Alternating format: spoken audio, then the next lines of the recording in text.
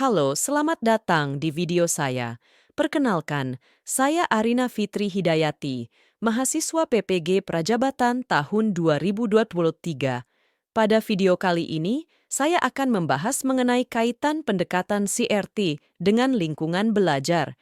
Video ini dibuat untuk memenuhi tugas mata kuliah Prinsip Pembelajaran dan Asesmen. Mari kita mulai. Pertama-tama, kita akan berkenalan terlebih dahulu dengan pendekatan CRT. Apa itu pendekatan CRT? CRT merupakan singkatan dari Culturale Responsive Teaching yang juga dikenal dengan pendidikan tanggap budaya. Pendidikan tanggap budaya atau CRT adalah model pendidikan teoritis yang tidak hanya bertujuan meningkatkan prestasi peserta didik, tetapi juga membantu mereka menerima dan memperkokoh identitas budayanya. Dengan pendekatan CRT, pembelajaran dikaitkan dengan budaya di sekitar siswa sehingga lebih menarik dan kontekstual. Lalu, bagaimana lingkungan belajar yang aman, nyaman, dan berpihak pada peserta didik itu? Lingkungan belajar yang aman, nyaman, dan berpihak pada peserta didik penting untuk meningkatkan keterlibatan peserta didik dalam pembelajaran serta mencapai tujuan belajar yang diinginkan. Lingkungan belajar yang aman, nyaman, dan berpihak pada peserta diwujudkan melalui lingkungan belajar yang suportif, di mana peserta didik dapat secara bebas melakukan eksplorasi dalam proses pembelajarannya. Kemudian, bagaimana kaitan pendekatan CRT dengan lingkungan yang aman, nyaman, dan berpihak pada peserta didik? Pendekatan CRT dapat mewujudkan lingkungan yang aman, nyaman, dan berpihak pada peserta didik melalui beberapa hal. Pendekatan CRT mengaitkan pembelajaran dengan fenomena nyata dan pengalaman peserta didik, sehingga peserta didik merasa dekat dengan apa yang ia pelajari. Pendekatan CRT dirancang sesuai lingkungan budaya peserta didik, sehingga peserta didik dapat merasa nyaman dengan identitas budayanya. Pendekatan CRT mendukung peserta didik menghargai dan mengembangkan identitas budayanya. Pendekatan CRT sesuai dengan latar belakang peserta didik, sehingga peserta didik tidak terbebani mempelajari sesuatu yang asing. Sekarang, saya akan membahas penerapan pendekatan CRT dalam praktik pembelajaran nyata. Pendekatan CRT dapat diterapkan dalam pembelajaran IPA dengan cara mengaitkan materi pembelajaran dengan fenomena budaya yang ada di lingkungan peserta didik. Berikut akan saya bahas beberapa contoh penerapan pendekatan CRT dalam pembelajaran IPA. Kita dapat mengaitkan materi pembelajaran perubahan fisika dan kimia di kelas 7 dengan pembuatan makanan tradisional. Misalnya, pada pembuatan tape terjadi perubahan fisika ketika kita membersihkan dan memotong singkong.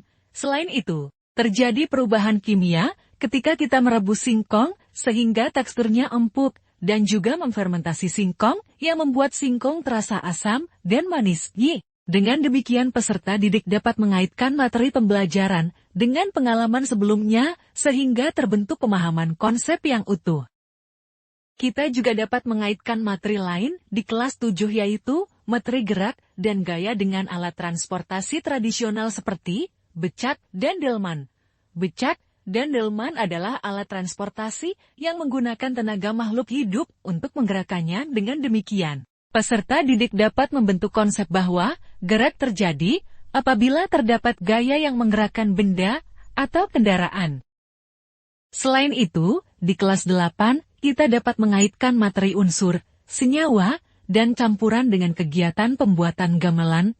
Di kota Surakarta, gamelan bukanlah hal asing bagi siswa. Banyak siswa belajar memainkan gamelan, atau setidaknya pernah melihat gamelan dimainkan. Pembuatan gamelan merupakan kegiatan yang tidak mudah, karena pengrajin perlu mencampur bahan-bahan logam dengan suhu yang sangat panas. Dengan kegiatan ini, peserta didik dapat membentuk konsep macam-macam unsur, serta ciri unsur logam.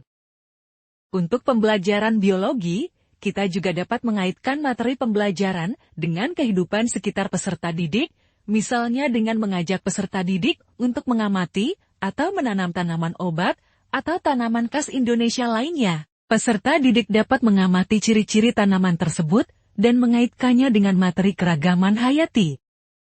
Tentu masih ada banyak materi pembelajaran API yang dapat dikaitkan dengan fenomena budaya sehari-hari peserta didik.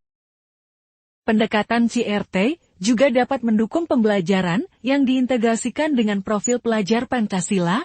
Profil pelajar Pancasila memiliki 6 aspek, yaitu beriman bertakwa kepada Tuhan Yang Maha Esa dan berakhlak mulia, berkebinekaan global, bekerja sama, bernalar kritis, mandiri, dan kreatif. Keenam aspek ini dapat dicapai dengan pendekatan CRT. Beriman, bertakwa kepada Tuhan Yang Maha Esa dan berakhlak mulia. Mengaitkan pembelajaran dengan tradisi kebudayaan religio seperti Sekaten di Surakarta dan Yogyakarta. Berdoa untuk mengawali pembelajaran. Mengajak peserta didik mensyukuri karunia Tuhan berupa warisan budaya. Berkebinekaan global. Mengaitkan pembelajaran dengan tradisi kebudayaan dari berbagai tempat di Indonesia bahkan di dunia.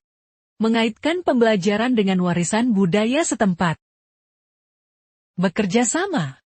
Peserta didik melakukan pembelajaran secara berkelompok untuk melatih kerjasama.